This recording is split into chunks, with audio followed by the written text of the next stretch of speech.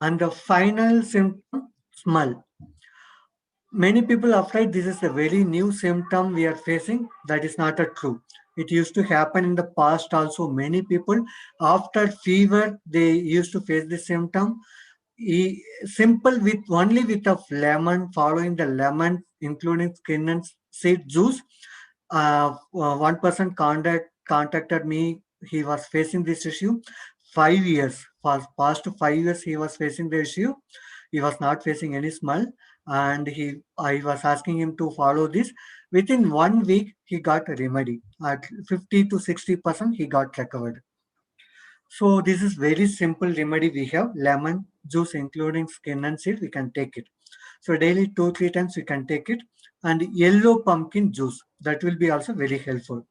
And we know there is a ajwain omum we used to say. We can take a little bit and we can add edible camphor, the beam shreni camphor, and we can make a pouch, and we have to inhale that every few minutes once. So that will be also helpful to recover that smell sense. And other option, sabja seed, everyone knows, but we don't know which plant it's coming from. It is coming from the basil plant. It looks like tulsi, but bigger leaves will be there. So if you see that plant, take the few leaves and smash it and inhale that.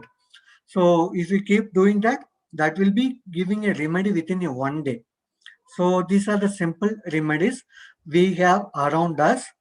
So we can follow all these remedies to face, to recover from all these issue symptoms. Okay, so most of the basic symptoms I have covered, which is related to the corona. So if you have any doubts, you can ask me now. Hi, Anna. No, I have a doubt. All these decoctions you told, right? In the beginning. Yes. So all these can be had in same day. Can we have Yeah, all these in the same day, we can have it on the same day with a gap one of by one? 2 hours. Yeah, we can have it for sure.